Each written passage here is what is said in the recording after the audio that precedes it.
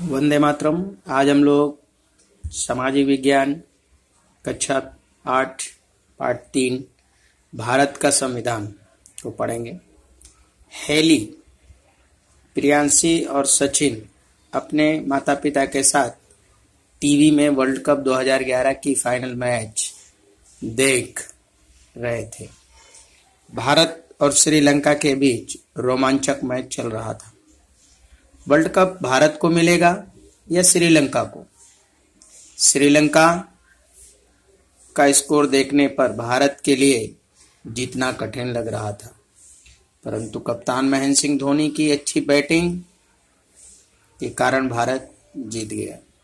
सभी जगह विजय का वातावरण बन गया।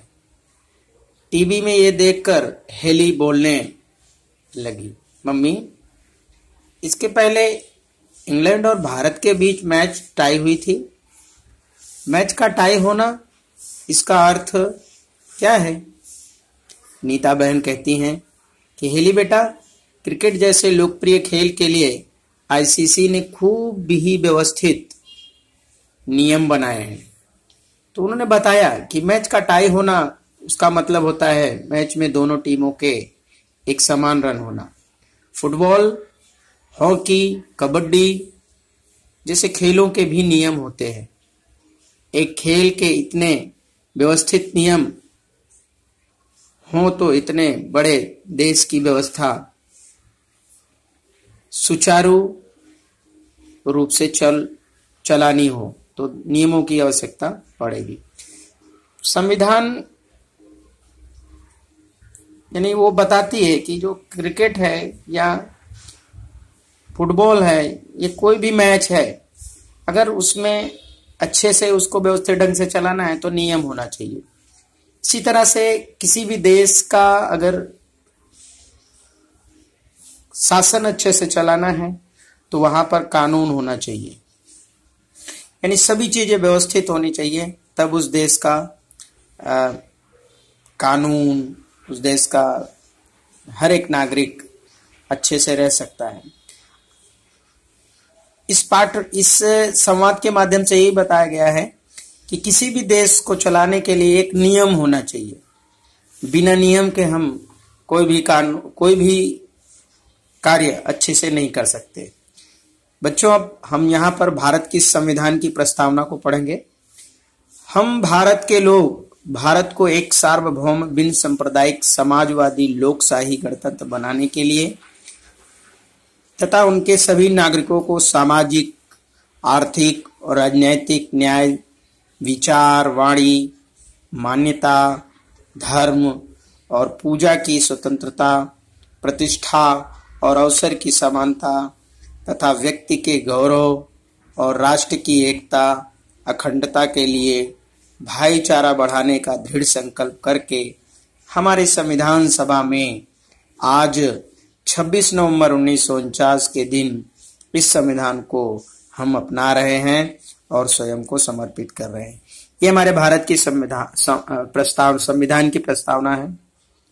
हमारे प्रस्तावना में कहा गया है कि भारत बिन सांप्रदायिक देश है, यानी किसमें किसी भी कोई भी संप्रदाय के लोग रह सकते हैं, समाज की सेवा कर सकते हैं, लोकशाही है, समाजवादी यानी समाज से बना हुआ लोगों का शासन है, गणतंत्र बनाना है।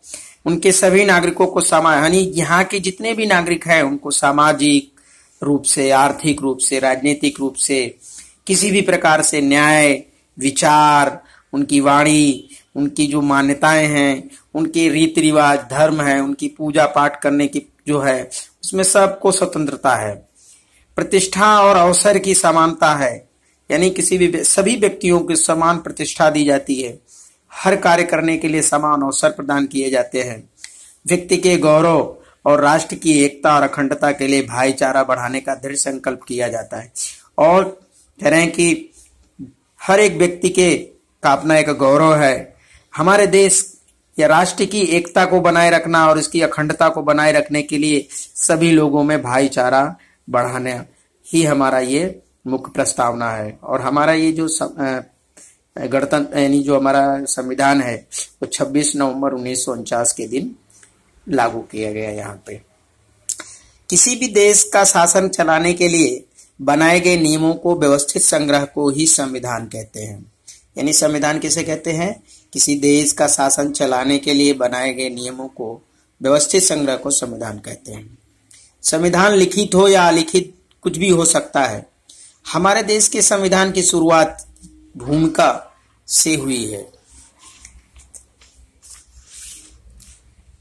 भारत का संविधान किस तरह निर्मित हुआ बच्चों? यानी हमारे देश का संविधान बनाने के लिए क्या क्या यूज किया गया और ये कहां से लिया गया, इनमें कौन से लोगों ने अपना सहयोग दिया, इसके बारे में हम यहाँ जानकारी लेंगे। भारत का संविधान किस तरह निर्मित हुआ, मतलब भारत का संविधान कैसे बना? तो भारत का संविधान लोकशाही, समाजवाद, धर्मनिरपेक्षता और राष्ट्रीय अखंडता तथा राष्ट्रीय लक्ष्यों को देखकर बनाया गया। यानी लोगों का, लोकशाही यानी लोगों का शासन, समाजवाद यानी समाज हो, इसमें सभी जाति के लोग हों, फिर धर्मनिरपेक्षता हो, किसी भी धर्म का निरादर ना हो, यानी सभी धर्मों को इसमें मान्यता दी गई है। राष्ट्रीय अखंडता हो, यानी सभी राष्ट्र एक हो। राष्ट्रीय लक्ष्यों को ध्यान में रखकर ये बनाया गया, यानी कि राष्ट्र का हित हो, ऐसा हमारा ये संविधान है। भारत के स्वतंत्र होने के साथ संविधान सभा पूर्ण रूप से स्थापित हुई। मतलब हमारा देश पहले अंग्रेजों से गुलाम था और जब भारत आजाद हुआ तो हमारा देश का संविधान लागू किया गया। संविधान सभा ने 9 दिसंबर 1946 को अपना कार्य करना शुरू किया था। यानी भारत का संविधान बनना 9 दिसंबर 1946 को शुरू हुआ। संविधान सभा में विद्वान नेताओं का एक विशिष्ट समूह था।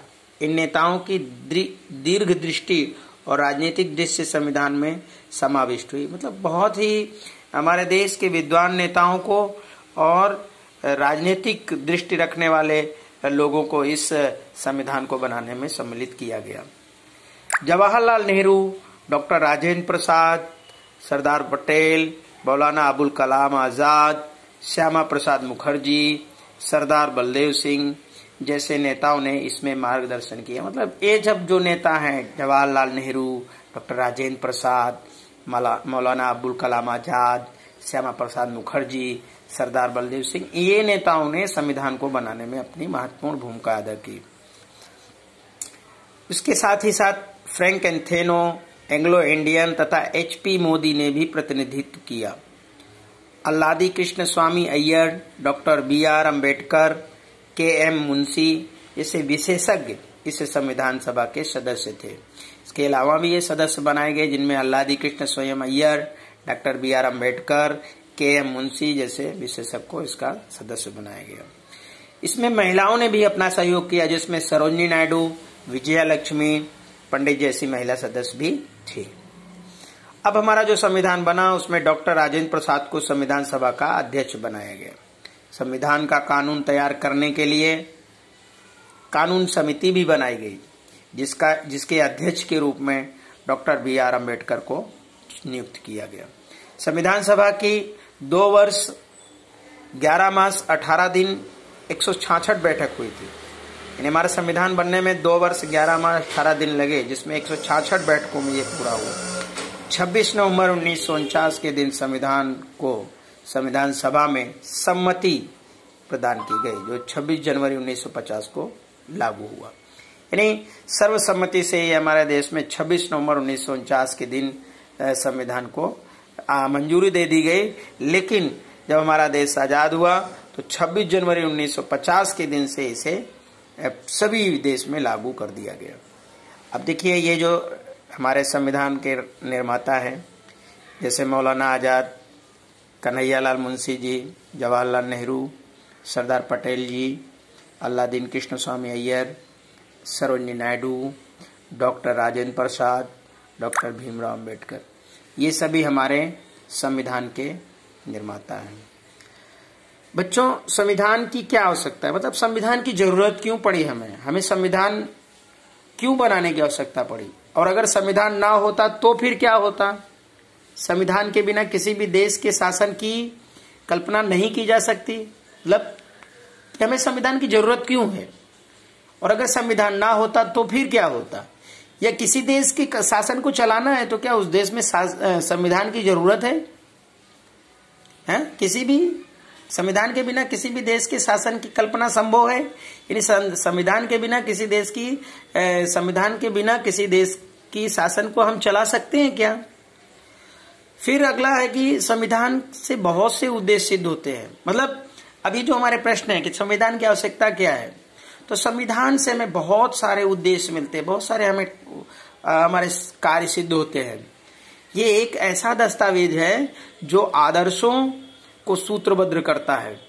संविधान ही हमारा ये बताता है हमें कि हमारे देश की सरकार किस तरह होगी, कैसे शासन करेगी, किस तरह से लोगों का सेवा करेगी, सहयोग करेगी, हमारे देश की व्यवस्था किस तरह चलेगी, ये हमें संविधान ही बताती है। लोकशाही शासन व्यवस्था में हम अपने नेताओं को चयन करते हैं।